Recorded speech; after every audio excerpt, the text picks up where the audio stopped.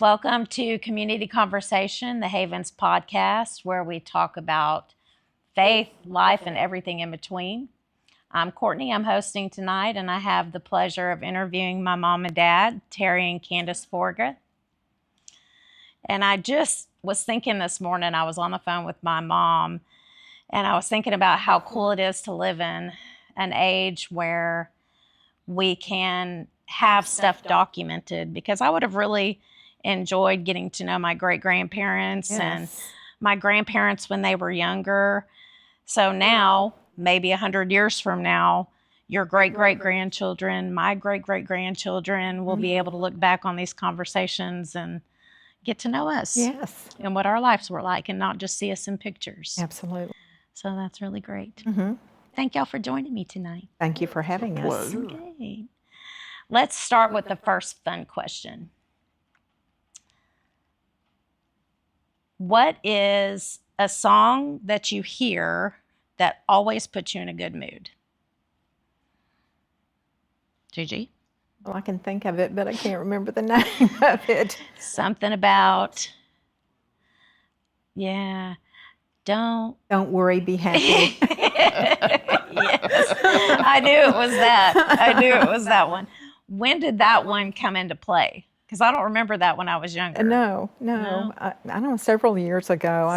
Probably after my stroke, that I thought, well, that's appropriate. That is a very appropriate song for that time. Get you out of your own head and get you to focus on something Exactly. else. That's good. How about you, Pops?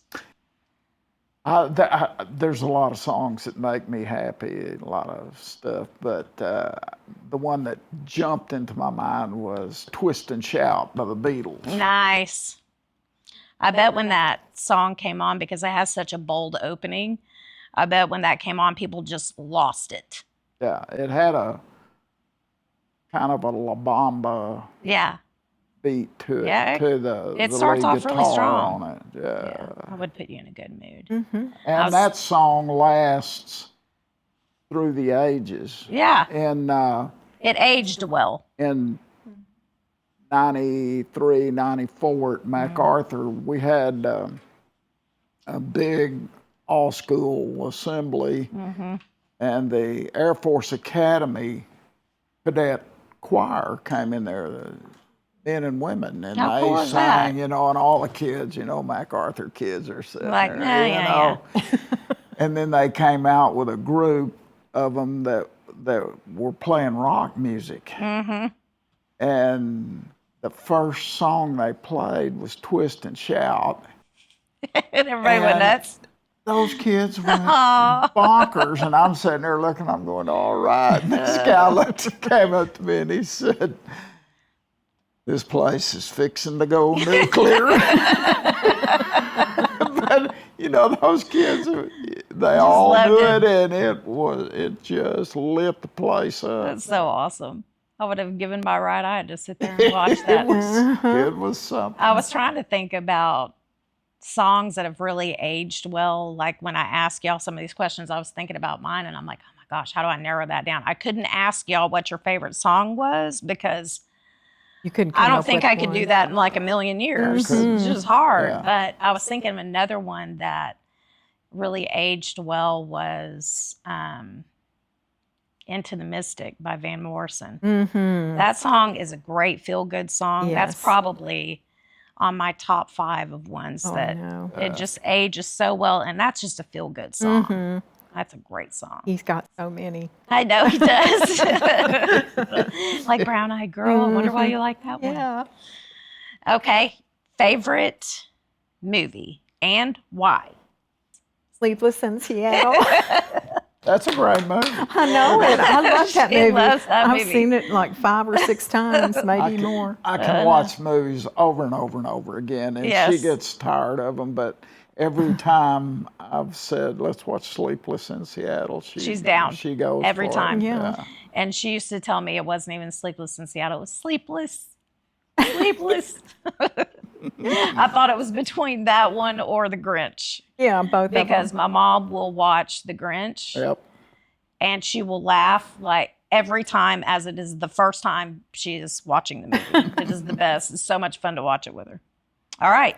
I think I have yours, but I'm really interested to see what you say. I love movies. I grew up going to the movie theaters and drive-in movies and all through college. And when we dated, we went to the movies a whole lot. And so there's so many of them I like. But I like the movie Camelot with Richard Harris and all those. Yep. That's for that kind of and I really like Big Jake with Big Jake. I don't even remember that one. It's John Wayne movie. Okay.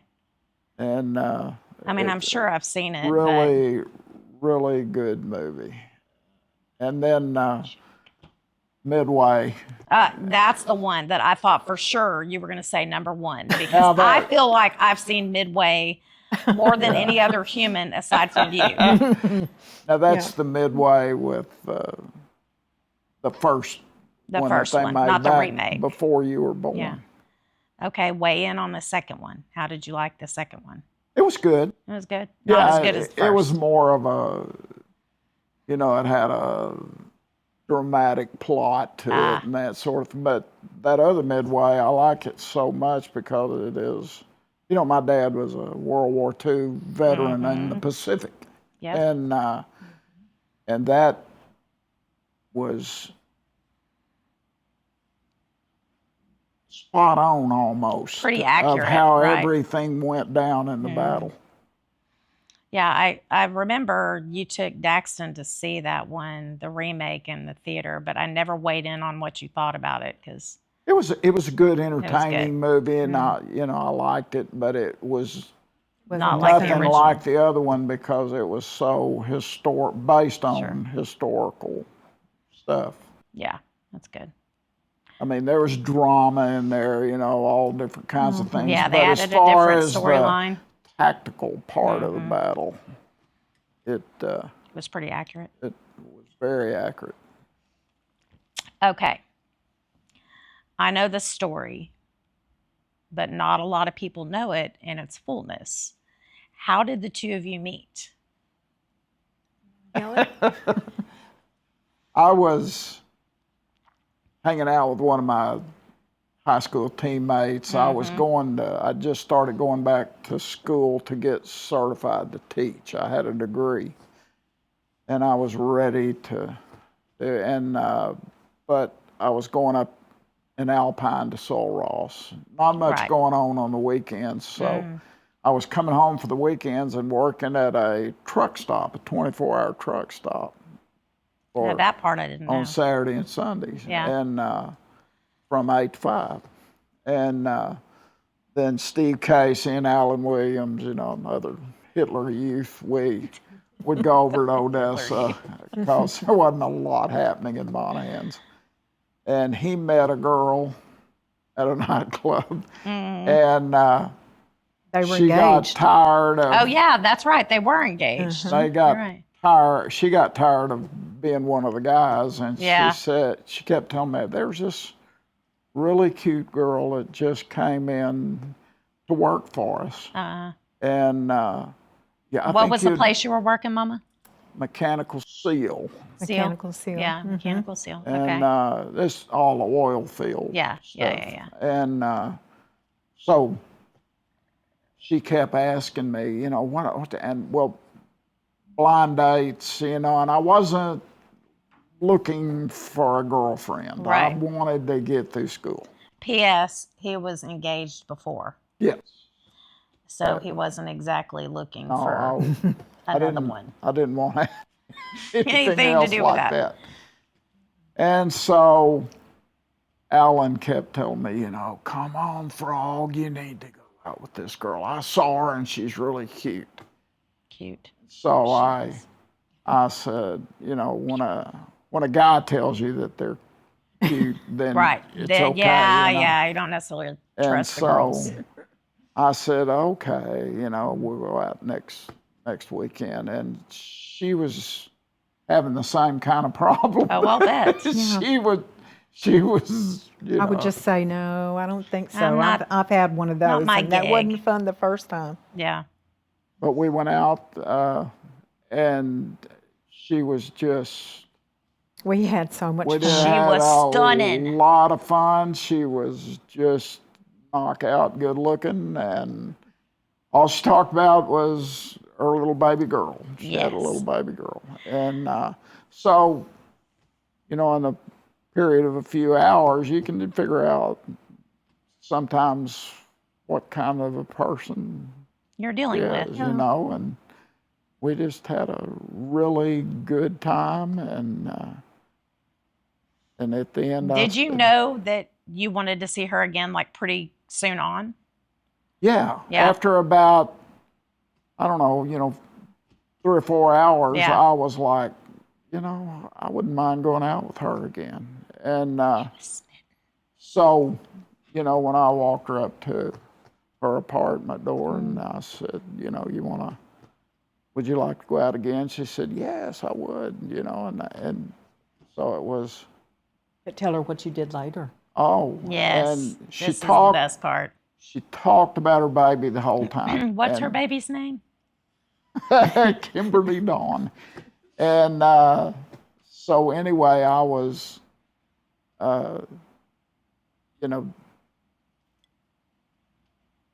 just, I was finishing up the date and it was late, and, and so I went down to the car and the other 2 guys are sitting in the car and we're going to drive back over to Monahan's. And I said, wait a minute, guys, I just got to thinking, I need to go up and ask her if I can see her baby, just,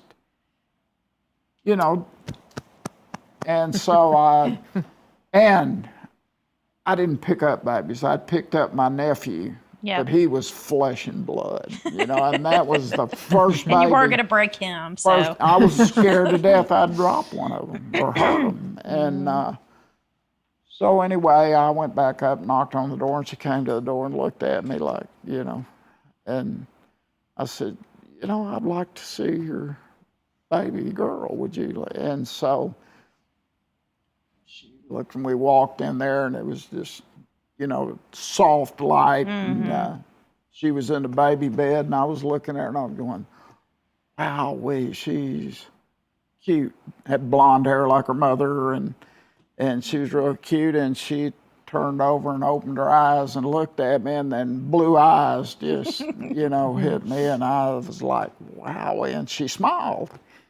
And I just picked her up, and, it was a God thing. It was so sweet. It was a God thing, I love that story. I've heard it a million times. And It's still the best story. And she, I fell in love with her, and Kim.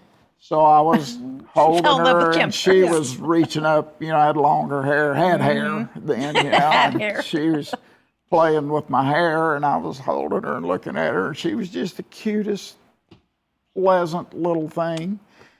And finally I said, well, I need to go, and she was kind of going Groggy. back off to sleep, so I laid her down in her bed, and she covered herself up, her own self up, and she was just That doesn't surprise me. a baby, and I was, gosh, she's so smart, And so anyway, I was, and that's strange. That had to be a God thing because I just wasn't that, I liked kind. little kids, but I didn't want to pick up babies, didn't want to, afraid I'd hurt them, Yeah, does sound like a God thing.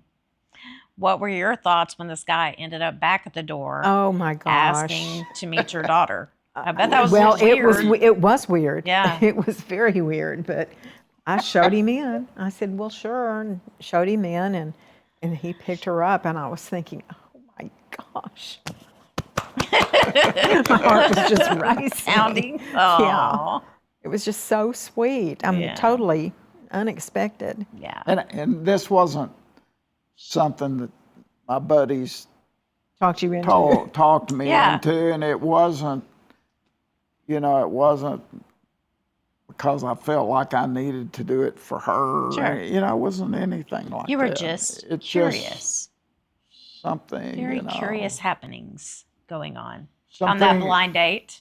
Some things are It was a blind God date. things. Yes, that was a blind date that worked. Good Yes, for it you. was. I'm very grateful for that. Yes. Very grateful that y'all made that Got blind date work out. And that was the first of, Many, many. many dates. Yes, You guys have been dating for almost 52 years. Yes. Yes. Well, we've been dating for past over 50. Oh, yeah, Yeah. that's right. Because that was in February No, of but you've been 73. going on dates. Oh, yeah. You know, y'all been dating long before you were married. You were dating. Yeah. So, about being married for 52 years, looking back on it and all the phases that you've had, what's been your favorite? What's been Your our favorite phase of y'all's marriage? What has been your favorite? Mom, what Oh, do you there's think? so many. When we had kids in the house and your Yeah. dad was working, he was coaching, and he was hardly ever home during football season. And so I was very, very involved in what you and Kim were doing and what activities y'all had going. And that became my life, Yeah. along with, going to football games and that kind of thing. Yeah, because you lived at football 'Cause- games for a yes, long time. For a long time, 28 years. 28 years. yeah. Yes. We're What was your favorite? the favorite. Of all that time. 50 Yeah, years. out of your marriage, all 52 years, which one of those times in your marriage was your favorite? Watching you be born, I think. Wow. Really. I didn't set that one up, guys. Well, because that was really a new thing. The fathers weren't in there Generally with them. in there. And Yeah. we went to the Lamaze classes together Sure. and all that. And it was... It was a big deal. It really that was. really cool. That was a really, really neat time. And different from your pregnancy with Kim, Yes. as far a as lot. having an invested partner. And, Yes. you were doing Very stuff all by different. yourself with Kim. Yeah. And then adopting Kim. Yeah. Uh, Well, and y'all had a long segment yeah. with just her before I came Yeah. along. So you get to, 5 years. yeah, y'all got to have a lot of invested time Yeah. with her Yeah, as an she- only child before somebody else came I along. was in the National Guard, and there was a Yeah. friend of mine in the National Guard that was a lawyer, Yeah. and ended up being a professor at SMU Law School. And Wow. I was asking him about the adoption process, and he said, "Well, I'm a corporate lawyer. Let me ask some friends about Somebody it." else And might so know. Yeah. he He did it. He did, and came back the next time, and he said, "Hey, because I did not want Kim to lose out on anything she was entitled to from With her dad. Yeah. You know, Sure. and so he said it's the best of both worlds for the child. Oh, that's cool. He said she never loses being an heir to anything from the other side of the family, and but she becomes your Yeah. legal heir. And her father was not in her life, and I thought it was terrible, But Another God moment.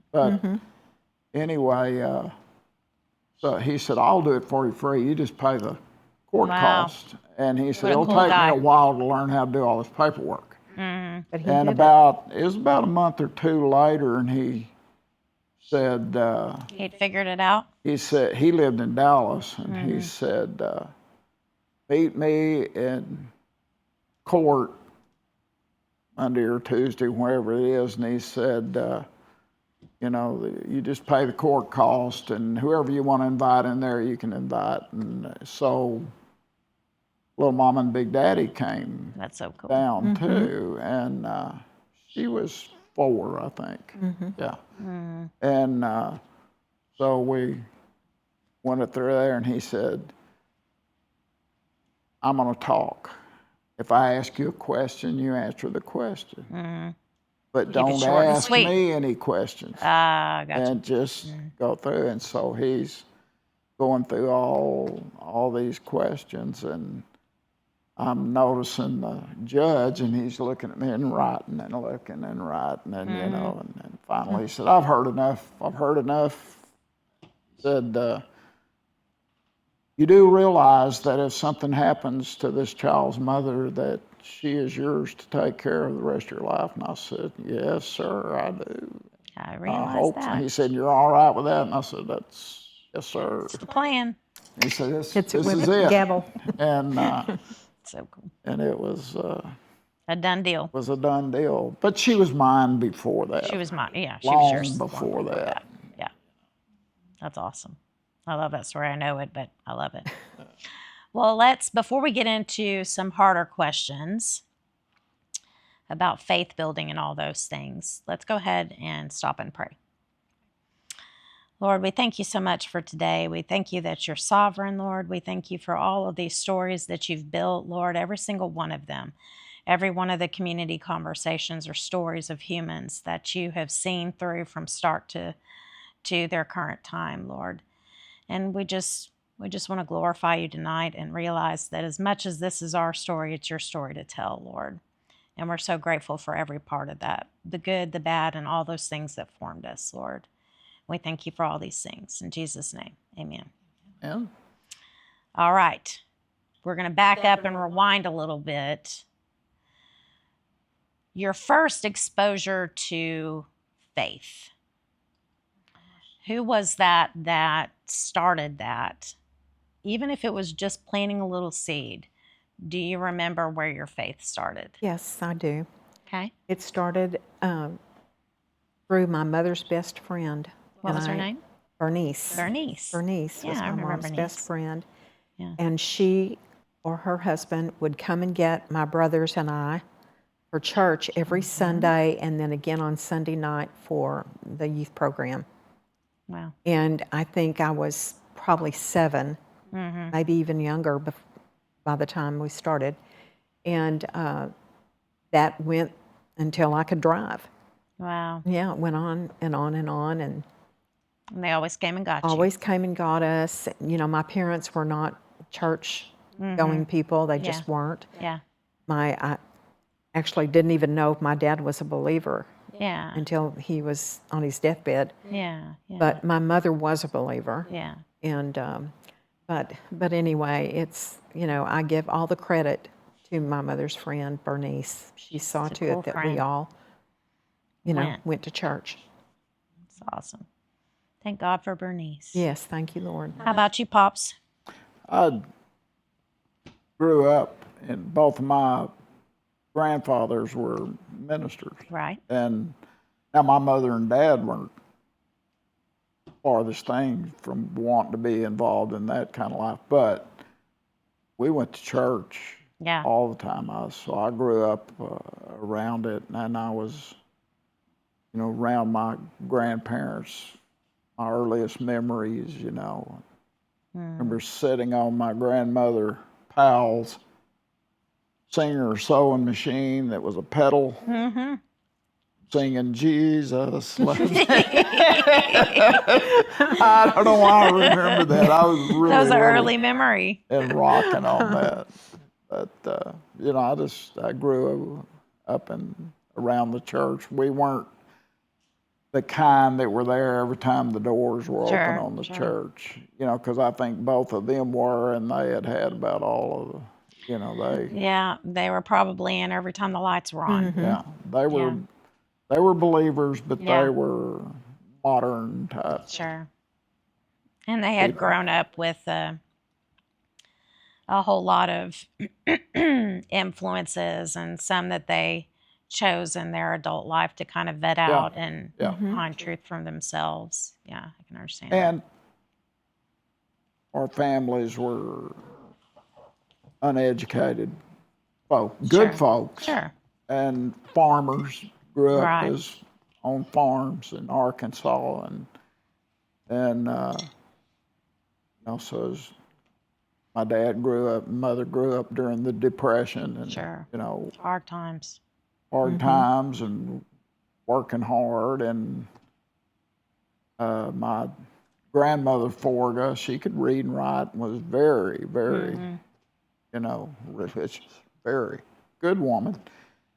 But she told me, went to this little school. It was a house. It had upstairs. And all us young kids went upstairs. The older kids were downstairs. I don't remember whether I quit after the 3rd grade or the 5th grade. It was one of those two. Yeah. So it was like that. Yeah.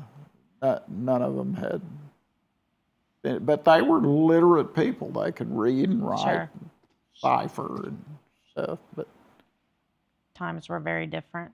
very different. Really, really different. So I had this conversation with the boys not long ago with my own kids about when they remembered feeling God tug on their heart for the first time, you know, because you spend a lot of those very early years just knowing who God is, but when did he become real to you? Do y'all remember having a moment like that where you're like, I think I know who God is, and I Yes. think I know that I want him to be my savior? It was at church camp. It was a church camp. I went to church camp several years in a row. In the very first one, I think I was in the 6th grade. And that's when I really, you know, I come to know the Lord. Yeah, So that's cool. It's cool that you have a definitive time too. How about you, Daddy? I think I just grew up with it. I don't remember a wow moment, you Yeah. know, like a lot of people. My grandfather, Powell, you know, Yeah. he went with a bunch of hoodlums to break up a tent meeting, and he said something came over me. Wow. and that's an amazing and story. he was, Yeah. you know, he was a fighter and a farmer, you know, Yep. and that kind of stuff. But I just grew up knowing my earliest, you know, Knowing that God Bible was real. stories from my grandparents. Yeah, and, yeah. And I just grew up around it. It never was a moment where I was knocked off my feet. I just grew up, you know, Being aware of him knowing and growing there was into that faith. God, and you know, And he was part of your life. yeah, Yeah. it was always Yeah. a part of my life. It's cool. It's good to have those stories too. Okay, we'll fast forward a little bit. Dad, you spent a lot of time coaching. Coaching and in education. Yeah. Even when you were coaching, you were also an educator, Yeah. and a pretty successful one. What would you say was the biggest impact that you had coaching? I coached in the classroom too, you know, but was just trying to get kids to be good, solid citizens, you know, and You also coached a lot of One of people the who didn't head- have one of complete the- families, right? and you spend a lot of time with kids, Sure. and they come to you. Sure. You know, a lot of kids didn't have nuclear families Sure, at MacArthur, and you know, so just and kids in the classroom too, and but I was always like, I had a professor when I was working on my master's degree that said, you know, you want to make them better citizens. You don't teach them science or teach them, you know, it's not just about that. It's about teaching them to be complete citizens. And Bob Alpert, of all people, he used to say, you know, if you teach those kids to be better men and good citizens, He said that's the main thing to be. And I don't know whether he believed that because he was winning, you He know. did love to win. But I think he that's believed all that. I think he right. did. But you know, it was always let's make these kids better or get them to make themselves better citizens. And Yeah. that's what was so much fun about coaching and teaching was the relationships Sure. that you had, you know. And kids they come up to you with some incredible problems and Yes, they do. incredible situations, and seen so many of them, you know, just come out great. Yeah. You've had the vantage point of being involved in a lot of those past players' lives Yeah. and students' lives to see them grow up and see the people yeah. that That's they what's were neat invested about in. Facebook. Yeah. I make contact with them Sure. all the time. Social media is And then great for that. Steve Winship, Sure. we hang out together, but Yeah. I wasn't very much older than him when I first started coaching Yeah. him. And All we, those relationships built over a time yeah, frame. and Yes. I just remember, but it was that way growing up with people around the neighborhood and friends and stuff. All relational. Yeah, it's a lifelong thing. It's an investment. Yeah. I think as humans we're meant to invest in one another. You can get so much satisfaction out of seeing somebody, you know, take control of their life and be Sure. positive citizen. Yes. I can agree with that. Now, Mom, you grew up the only girl in a family of boys. Baby brother born when you were 15. What was that like growing up in a house as the only female? Oh gosh. Well, it was, it was loud, and it Loud. was, yeah. 2 boys. Yeah. I can attest. It's Yes, always loud. Loud, yes. But it was also fun. You know, all of us had a great relationship. Yes, we did have, moments of fussing and fighting and that kind of thing. But it was really a beautiful family. My parents were married for 60 years, and when my mother died, and they raised 4 kids. In a little bitty house. In a little house. 3-bedroom house, one bedroom. One bathroom, yeah. Yeah. But it was fun. Happy home. And we used to, some of the funnest times we ever had, we had a pink vacation trailer. It was a Shasta, wasn't it? It was a Shasta trailer. And we took that thing on vacation every year. The 6 of us were in that trailer, and it was so much fun. And we'd leave for 2 weeks out of every summer, and it was just something we all looked forward to as a family. And but your parents worked a lot too. yes, they did. They worked a lot. So you had a lot of responsibilities. I did. Cooking and cleaning and all of that stuff. Yes, Yeah. I had a lot of responsibility. Yeah. Because my mother did work. Sometimes she worked nights, so that left me, with the responsibility of taking care of my youngest brother. Yeah. Yeah. But Baby boy. the boy. Golden boy. The golden boy, that's what we called him. Yes. We still call him that. And Lord Thomas. Yes. Randall. But we also, went through the death of one of my brothers. Yes. Which was really hard. And he was killed on a motorcycle when he was 28. And that was it was just devastating to our family because we were a very, very close family, and we still are. It's a hard way to lose somebody. Both of us lost siblings. I had Yes. a little brother that I was 6 years older than, 5 years older. Yeah, because you were in kindergarten. How old was I Bobby was Jack? in first grade. Oh, first grade. He was 18 just 14 months old, I think. 14 months old. And my mother and grandmother and my sister, who was younger than me 2 years, I was in first grade at school.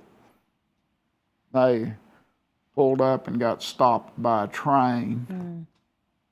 And I think I showed you the intersection there. And guy was drunk, and he just zipping through there, hit the car, flipped it over, threw all of them out by Carolyn, and it killed Bobby Jack. It's hard to outlive siblings. I don't care if they're older or they're younger. But that had to have been tragic. Yes, absolutely. Tragic. In 52 years, nearly, of being married, you've seen each other through high times and low times, and every time in between. What was one of the hardest things that you went through as a couple?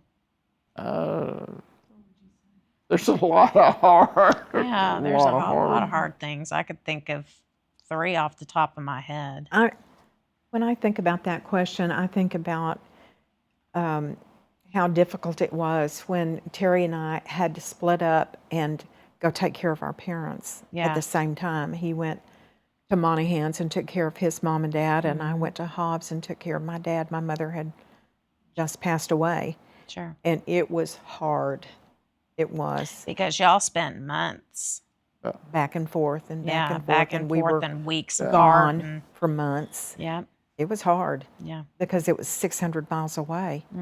So you can just run home for the weekend or whatever. But I mean, I think that's probably the one time in my life that I feel was the hardest on me. Chapter. Sure. About being away from my family. Sure. Being away from Terry. Still working.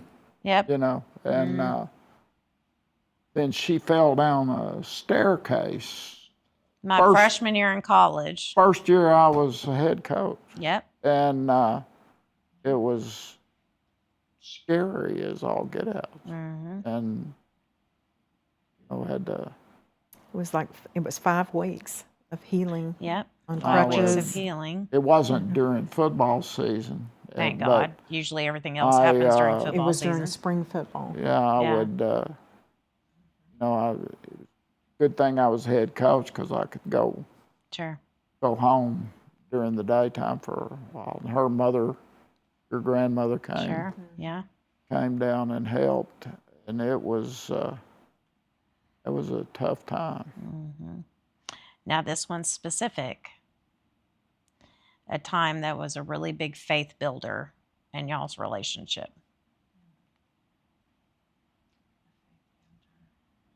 We talked about difficult times, and a lot of those are endurance based, right? It's like you just have to endure, but a time where your faith was really built in y'all's marriage.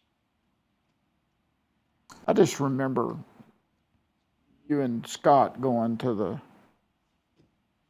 church, and then we decided to start going, and because we really weren't going to the Methodist church anymore. We'd had that, y'all weren't in the house anymore, and the church had broken up. Had really broken up as a bad thing. And so for about 3 or 4 years, we didn't go to church. Yeah.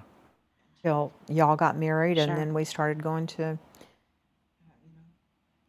church. But I can't think of it. We started going to Freedom Fellowship with y'all, met Larry and all them. It's such a great group of people that we met during that time. Yes. I still hang out with those guys. So great. All those relationships built. So the one that I'm thinking of specifically is the year that Scott and I got engaged and Mom got sick. Oh, yes. How could I forget that? Yes. I was in grad school. And y'all had held on to that information for a while because I was in grad school. But they told me I had liver cancer. Yes. So kind of recount that a little bit. How did that whole thing start? Well, I had gotten sick I was sick for several weeks, and I went to the doctor, and he ran some tests, and then he had me come back in, and he told me, he handed me the test results, Sure. and told me, it looked like I had liver cancer, just like that. Yeah, just right out there. Right, yeah. And I called your dad home from. No, he called. You were Remember. crying in the background, and he called and told me, and I was That's how my that- first year, I think, as an assistant principal, and I just It was left so and, hard. and went to the office, and there were like got her. 3 or 4 weeks that we went through. I was going through all right this around testing, Thanksgiving. Sure. and it was all coming Yeah, back. it was during Thanksgiving because we had come home. That's right. And you were still going through tests. None of them were looking any better than the other. And then it was right about Christmas time. It was the day before we left to go on Christmas break. Two different radiology Sure. reports said it was cancer that had metastasized, looked like up to Pancreas the pancreas. yeah. And I just remember going out in the backyard. We had cell phones then, Sure. and calling little mama, my mother, and telling her. And she just said, no, it's not. And praying. And Lots of prayers went out for me during that time. I don't know, a lot of people think faith healers, but her dad and her both could, Yep. pray, and so I believe it was a miracle. I do too. We're still calling it a miracle. Yeah.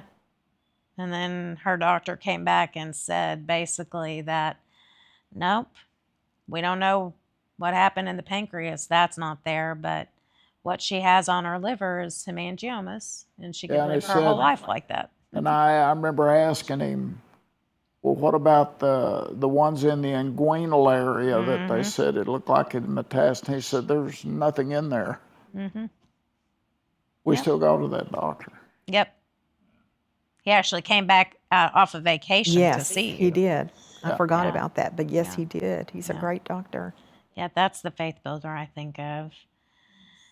And then other faith builders was after Zane was born, Yes.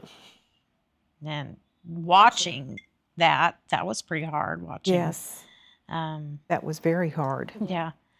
Watching your daughter go through cancer, that was pretty horrible.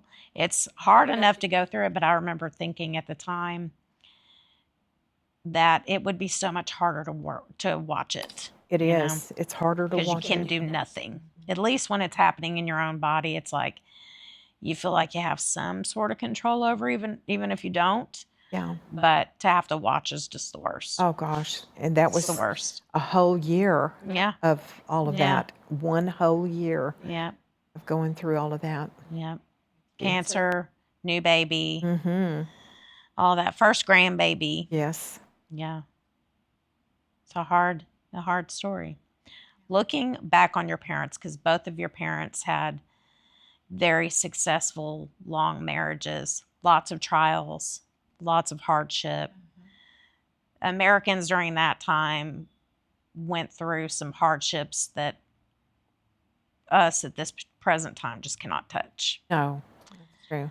So thinking about my grandparents and their marriages and what they instilled upon the two of you, as you have had now a greater than 50-year marriage, what is some advice that you would give to another person that's newly married couple or couples considering marriage? What would you Not give them? everything is a crisis. That's the main thing. Not everything is a crisis. Yeah. You can't fight every battle. Some things you have to just let go.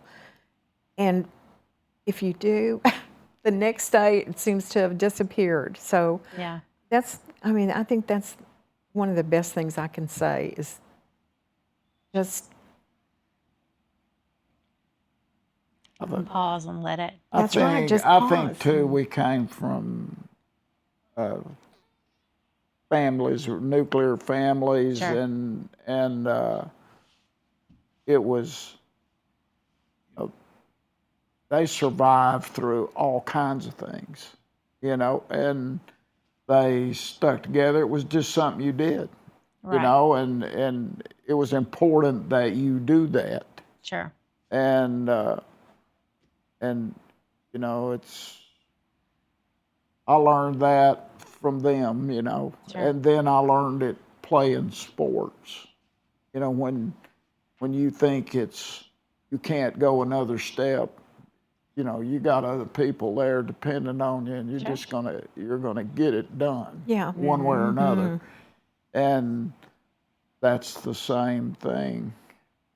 That's one of the things I used to tell football players, you know, wait till a bill collector tackles you and throws you for a loss. You know, that's when you know, You'll be tested and then. you'll be tested. And just, you know, it's not what happens to you, it counts how you react to it. I have this. It's a short story I always share about one of my patients that I met who she was, I got a referral for a lady who was in ICU and she was 103. And I thought to myself, why am I going to see this lady who's 103 in ICU? If she's 103 in ICU, she's probably not doing very well. So I kind of expected to go in and it was a novelty, you know. But I went into her room and there was nobody in the bed. And there was this lady that was sitting over to the side. And I said, "Oh, I'm sorry. Did they come and get the patient and take them to imaging?" And she said, "No, I'm the patient." And she was sitting there with her loafers on, had her pearls on. Oh, wow. Now, she had oxygen in her nose, but she was sitting there at 103 looking like she was maybe 80. Oh, wow.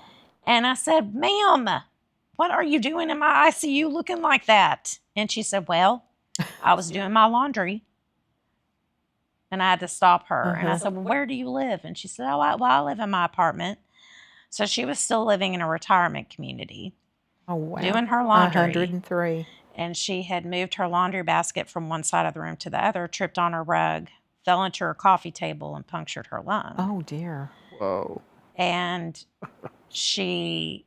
I said, "Well, how did they find you?" And she said, "Well, I knew my neighbor was home, so I just rolled on over to the wall, and I kept hitting the wall until she came and found me." And I said, "That is an incredible story." And she said, "Well, it landed me in the hospital." And I said, "Yeah, but you're doing pretty good." Tested her brain. There was nothing wrong with her. She was sharp as a tack. Oh, wow. We can all And I hope said, to be. "How did you do that?" And she said, "Well, I play bridge 3 times a week. I head up all the activities at my little retirement community."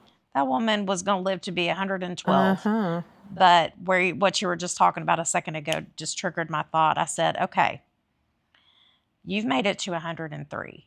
What's your secret?" And she said, "Girl, don't sweat the small stuff, because by the time you get to be 103, you've outlived it anyway." Yeah, that's true. Same thing. So not everything's a crisis. Not everything's a crisis. Knowing that there's highs and lows, there's peaks and valleys. Absolutely. And something I was sharing with Scott or regarding our marriage the other day with somebody is that, you know, there's so many different times in your life where you play different roles. That's true. You know, some days you're the best of friends. Other days you're great lovers. Other times you're the patient and they're the caretaker. And then other times they're the Vice patient versa. and you're the caretaker. You have so many roles over the course of your life. It's enduring each one of those roles and finding the value in it. That's right. And letting that strengthen you instead of tearing you apart. That's right. You know, that's the beauty of it. But it's also, you get to see them. I've watched that man grow up, you know? And you guys have watched each other grow up. Yes, that's true. And grow into, you got to be single, well, not single parents, but a young married family. And then you got to be you get to raise two girls, and then you get to watch those girls grow up, and you get to be grandparents. And so you get to take on different roles as you yeah. age. And how beautiful is It that? is. It's really, truly beautiful. Yes, just to be able to grow You other know what? humans. You know what's really neat, and I tell her this all the time, because we spend a whole lot of time together now, Yeah. all day long, and And we really like it. we started out working, and I was coaching, she was working. You know, we started out with a family, and Sure. you know, and we used to say every now and then, boy, I'm looking forward to a day when we both retire. And you know, it was something just off in the future. Sure. But now we see how cotton picking compatible we really were. You know, during the time we Sure. dated and stuff, because we just enjoy being around each other. Sure. And y'all have now gone through a pandemic, Yep. Yes. and now And a stroke. and a stroke. So tell me, Mama, how do you feel now, having been a few years removed from your stroke? What are some positive things that you found out of it? We'll do the positive ones first. Okay. So many positives, and Yeah. just, you know, the fact that I survived it. Yeah. And I'm, for the most part, How independent you really are. I really am very independent. You know, it affected my short-term memory, Sure. which, you know, I still have trouble with. But I'm doing very well. I don't drive anymore, but Terry's, you know, always willing to take me anywhere I need to go. So really, fun. I'm so thankful. God has been really good to me, because Yes. it could have been devastating. But I would have been right there. Yes, you you would have. What has been the hardest part of having a stroke? Because I remember for a while, months and months after your stroke, you would tell me, I'm so grateful that it wasn't a worse stroke. Yes. And we had to have some coaching with you, that it's okay to lament the things that it took from you just the same. Right. I'm so grateful that I survived cancer. So grateful. Yes. I got the opportunity that a lot of people in this world don't get, get. and I'm grateful for We're that. so grateful. But Yes. thank you. But at the same time, I am ever aware of what it takes for me. Yes. So it's okay to lament those things too, and give credit where credit's due. Yes. Grateful and thankful So to the Lord grateful. that He sustained your life.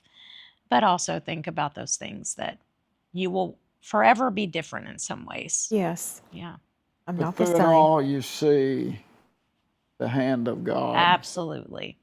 You know, His sustaining like a grace and mercy. river, and He's always there. Yes, Lord. This couldn't just happen. right.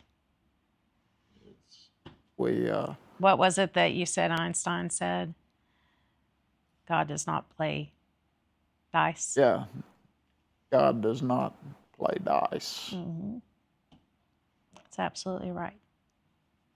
Well, I'm very, very grateful for you guys and for having gotten together in the first place, or else I wouldn't be here. And can you imagine, like, every time you look at a family picture, do you just look and say, if this didn't happen, like, all these people wouldn't None be of these here. people would be. It's just incredible. I found myself doing that last Yes. couple of weeks ago when we were on vacation. Yes. Child, you have been a blessing. Oh, Yes. You and your Very sister thankful have for you been both. a blessing, Kim, we lucked out. and your children. Yes, I thank God every day for the family that He gave me. Yes. Well, I love you, and I'm very grateful So- grateful Love to you. have Love been you able so to interview much. you, and thank you for putting the time in and Thank you coming to visit with so me. I much. love you so. This was fun. It was. I enjoyed it. Yes, that's right. Good night, everybody. Good night. Fade to black. we get through with this, you're going to have a translator to That is not true. translate my West Texas drawl We'll have subtitles. to regular English. We'll do subtitles. He always gets mad because Alexa doesn't understand him. George says too. He gets irritated. Can't talk to anything. I can't even talk to Bluetooth on my Can't even talk truck. to human. You can't talk to Bluetooth on your truck? Not anymore? You know, that needs work. The new phone has Changed demonic things. characteristics. That's true.